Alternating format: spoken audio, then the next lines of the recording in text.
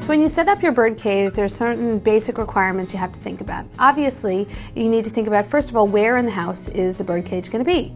Ideally, we want it in a place where there are people moving around, there's a lot of social interaction, there's light. Birds like to be in the light. It's nice for them psychologically to get sunlight.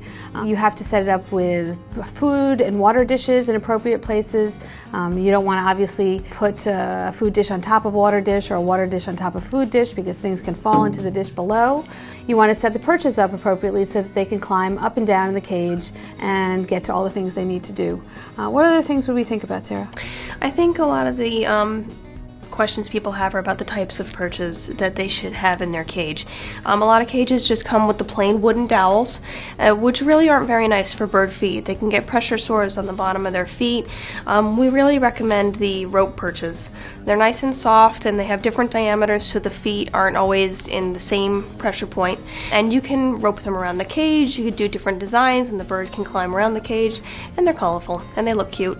Another thing that people, I think, try to get a lot of times are the sandpaper perches, which we also do not recommend.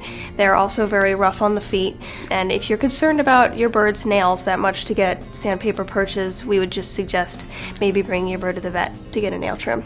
Yeah, having different perches of different diameters is very important. We liken it to wearing the same pair of shoes every day.